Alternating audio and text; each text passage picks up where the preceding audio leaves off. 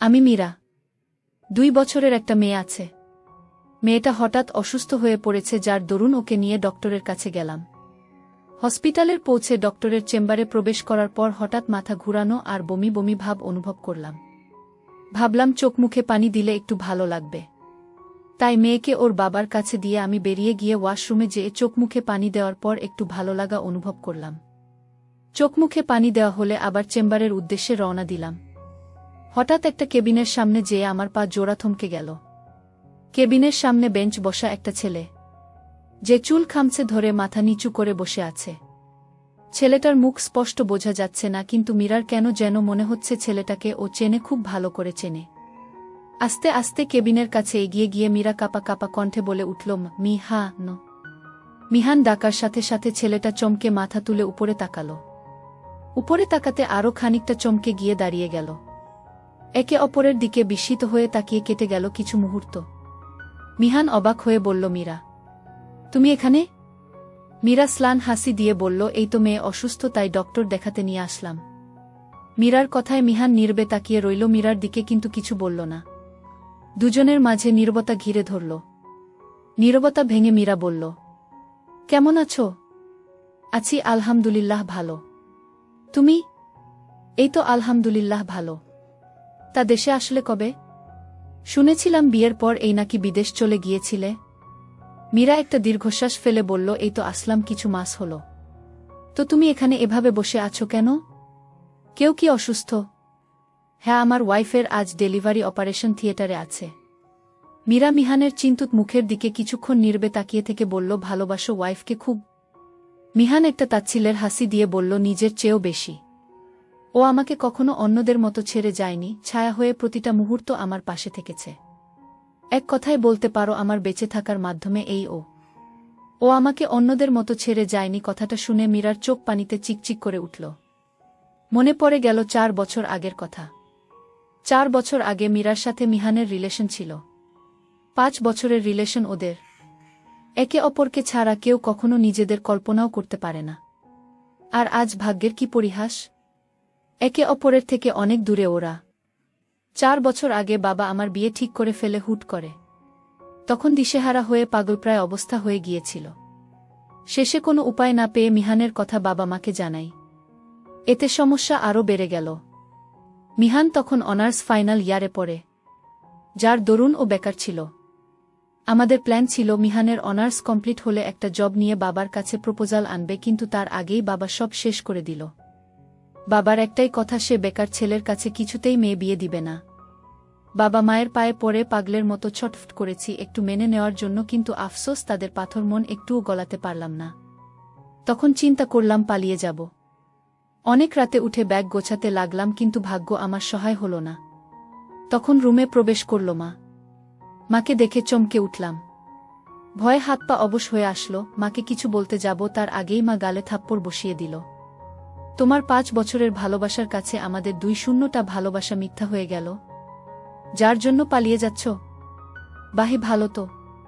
তো যাও, তোমার জন্য দরজা খোলা আছে। শুধু একটাই কথা, ওই দরজা পার হতে হলে আমার লাশের উপর দিয়ে যাওয়া লাগবে। আমরা তোমার বাবা মা, তোমার খারাপ নিশ্চয়ই চাইব না। তোমার বাবা তোমার বিয়ে ঠিক করে ফেলেছে, এখন তুমি পালিয়ে গেলে এই সমাজে এমনিও আমরা বাঁচতে পারব না। তার থেকে ভালো তোমার সামনেই মরে যাই, আর সেই মৃত্যুর সাক্ষী হয়ে তুমি আমার লাশের উপর দিয়ে যাবে। মায়ের কথা শুনে বাকরুদ্ধ হয়ে গেলাম। কিছু বলার ভাষা আর খুঁজে পেলাম না। মা আমাকে এমন এক শর্ত দিবে কখনো কল্পনাও করিনি। নিঃশ্বাসটা কেমন বন্ধ হয়ে আসছে। মাকে বলতে ইচ্ছে হলো খুব যে, আম্মু, 5 বছরের ভালোবাসার জন্য তোমাদের 2-0 বছরের ভালোবাসা মিথ্যা না। আমি যে তোমাদের বড্ড ভালোবাসি ওকে। তোমরা চাইলে পারতে হাসি খুশি ভাবে আমাদের মেনে নিতে, কিন্তু নিলে না। এমন একটা শর্ত জুড়ে দিলে যে আমি বেঁচে থেকেও মরে যাব আজকের পর থেকে।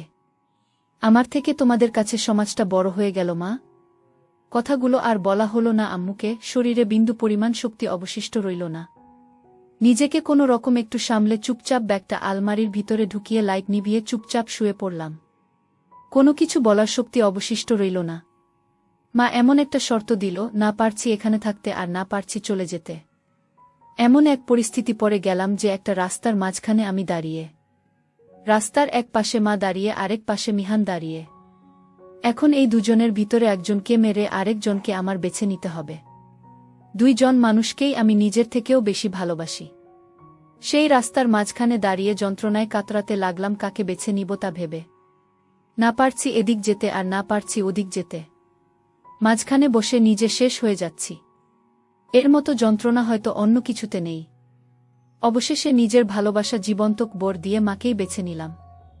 সন্তান হয়ে পারিনি আমি মাকে মারতে। নিজের জীবনের সবচেয়ে বড় চাওয়াটা হারিয়ে ফেললাম। মিহানকে আমি মেরে দিলাম। আমি জানি মিহান আমাকে কত ভালোবেসে। ওর থেকে দূরে সরে গেলে ও বেঁচে থেকেও যে মরে যাবে। আজ আমি যে বড় অসহায় নিরুপায় একটা মেয়ে। পরিস্থিতির জন্য নিজের সবচেয়ে বড় পাওয়াটা হারিয়ে ফেললাম। নিঃশ্বাসটা যেন আটকে আসছে। আস্তে আস্তে গভীর অন্ধকারে হারিয়ে যেতে লাগলাম।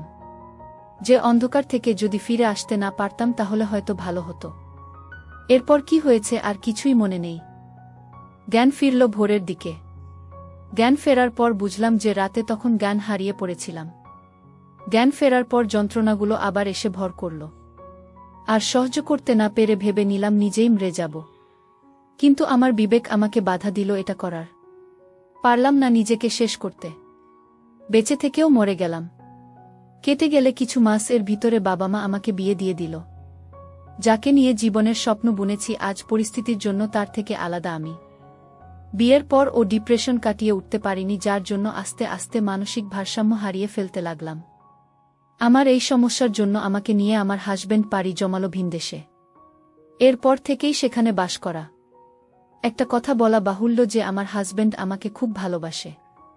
সব সময় আমার পাশে থেকেছে। আমাকে মেন্টালি সাপোর্ট দিয়েছে সব সময়। এতটাই ভালোবেসে আগলে রেখেছে যে আমাকে দ্বিতীয়বার আবার নতুন করে বাঁচতে শিখিয়েছে। আবার নতুন করে ভালোবাসতে শিখিয়েছে। এক কথায় অনেক হ্যাপি ফ্যামিলি আমাদের। কিন্তু মনের এক কোণে সেই প্রথম ভালোবাসা হারানোর আকাঙ্ক্ষা সব সময় পুড়েছে। এখনো পড়ে গভীর রাতে দুচোখের পানি বলে দেয় কতটা যন্ত্রণা মনের মাঝে লুকিয়ে আছে। হারানোর যন্ত্রণা যে কতটা তীব্র এটা শুধু তারাই বুঝে যারা হারিয়েছে। পুরনো কথা ভাবতে ভাবতে চোখ থেকে গড়িয়ে পড়ল কয়েক ফোঁটা পানি, যেটা মিহানের আড়ালে মুছে নিল মীরা। নিজের বিষাদের ঘেরা মুখে একটু হাসি টেনে মীরা প্রশ্ন করল, ঘৃণা করো আমায়? কিছুটা। কিছুটা কেন? পুরোটা নয় কেন? নিজের কাছেও অনেকবার এই প্রশ্ন করেছি, বাট অ্যান্সার খুঁজে পাইনি। দুজনের মাঝে আবার নীরবতা বিরাজমান হল।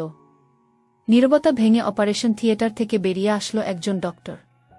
তার হাতে সাদা কাপড়ে মোড়ানো ফুটফুটে একটা বেবি। ডক্টর বের হয়ে বলল, আলহামদুলিল্লাহ, আপনার মেয়ে। আর কিছু বলার আগেই মিহান বিচলিত হয়ে বলল, আমার ওয়াইফ কেমন আছে? ডক্টর মুচকি হেসে বলল, সে আল্লাহর রহমতে ভালো আছে। এখনো জ্ঞান ফেরেনি। জ্ঞান ফিরলে কেবিনে শিফট করা হবে, তখন দেখা করতে পারবেন। এ বলে বেবেটাকে মিহানের দিকে এগিয়ে দিল। মিহান কাপা কাপা হাতে বেবিটাকে কোলে তুলে নিল। মীরা আস্তে আস্তে মিহানের কাছে এগিয়ে গেল। যে দেখে ফুটফুটে একটা বাচ্চা শিশু চুপটি করে মিহানের হাতের উপরে ঘুমিয়ে আছে। মীরা আমতা আমতা করে বলল, কিছু মনে না করলে ওকে একটু কোলে নিতে পারি আমি? মীরার কথায় নির্বে তাকালো মিহান মীরার দিকে। কোনো কথা না বলে বেবিটাকে এগিয়ে দিল মীরার দিকে। মীরা হাত বাড়িয়ে বেবিটাকে কোলে তুলে নিল। এক ধ্যানে নিষ্পাপ মুখটার দিকে তাকিয়ে রইল। বেবিটা একদম মিহানের মতোই হয়েছে। মীরা বেবেটার দিকে তাকিয়ে বলল, একদম তেমার মতোই হয়েছে। নাম ঠিক করনি ওর? মিহি। মিহি নামটা শুনে থমকে গেল মীরা। এই নামটা যে খুবই পরিচিত ওর। বুকের ভিতর চিনচিন ব্যথা অনুভব করল। আবারও মনে পড়ে গেল 4 বছর আগের জীবনের স্বপ্ন, ভালোবাসা। মীরা সব সময় ছোট একটা সংসারের স্বপ্ন দেখেছে। মীরা আর মিহানের একটা বেবি হবে। বেবেটার নাম দিবে মিহি। মিহি নামটা মিহান এই দিয়েছিল। মিহিকে নিয়ে এত গভীরভাবে স্বপ্ন দেখেছিল যে মনে হতো বাস্তবে ওর অস্তিত্ব। মীরা অনুভব করত মিহিকে নিয়ে কত শত স্বপ্ন বুনেছিল। আজ সেই মিহি এই পৃথিবীতে চলে এসেছে, শুধুমাত্র আমি না, অন্য কেউ। বুকের ভিতরে খুব যন্ত্রণা হচ্ছে। কান্নাগুলো দলাপাকিয়ে উপচে পড়তে চাচ্ছে। মীরার ভাবনার মাঝে সেখানে উপস্থিত হল মীরার হাজব্যান্ড। এসে বলল, তুমি এখানে? আর কখন থেকে তোমাকে খুঁজছি। মীরা কোনো রকম নিজেকে সামলে বলল, এই তো অনেক বছর পর আমার ফ্রেন্ডের সাথে দেখা হলো, তাই কথা বলছিলাম। তারপর মিহানের দিকে তাকিয়ে বলল, আমার হাজব্যান্ড হাসিব। মিহান এক পলক মীরার দিকে তাকিয়ে হাসিবের সাথে হ্যান্ডশেক করে দুজন পরিচিত হল। কিছু সময় পর হাসিব মীরার উদ্দেশ্যে বলল, এখন আমাদের যাওয়া উচিত। মীরা মাথা নাড়িয়ে সম্মতি দিল।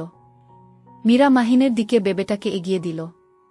মাহিন বেবিটাকে কোলে নেওয়ার সময় মীরা অশ্রুসিক্ত চোখে মাহিনের দিকে তাকিয়ে ভাঙা গলায় বলল, ভালো থেকো।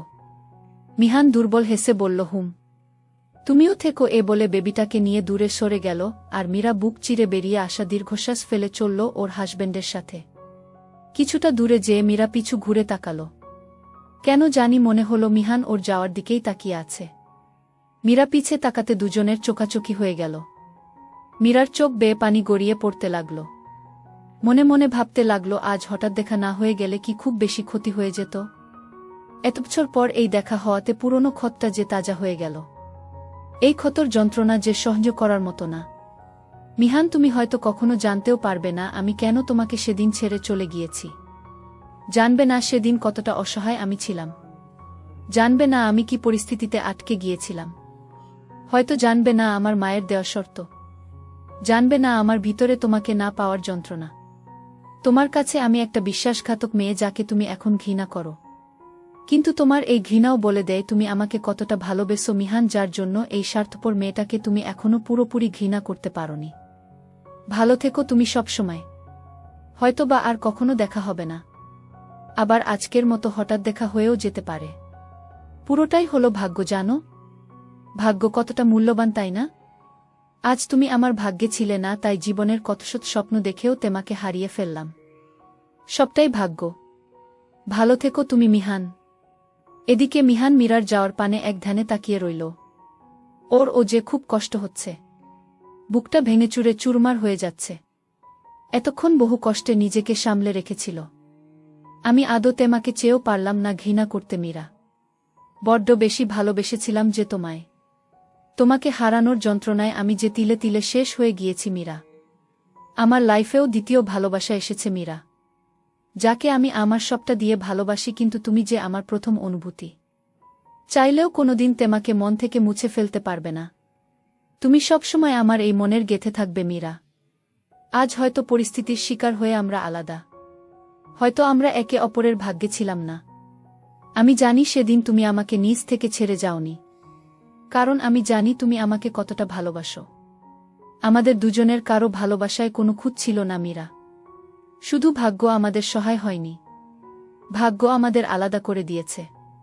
ভালো থাকো তুমি, এই দোয়া এই সব সময় করি। ভাগ্যে থাকলে আবার দেখা হবে আমাদের, যার নাম হবে হঠাৎ দেখা। যেই দেখায় পুরনো ক্ষতগুলো আবার জীবন্ত হয়ে উঠবে। কিন্তু তবুও বুকের ভিতর একটু ভালো লাগবে তোমাকে এক পলক দেখতে পারার জন্য। সমাপ্ত।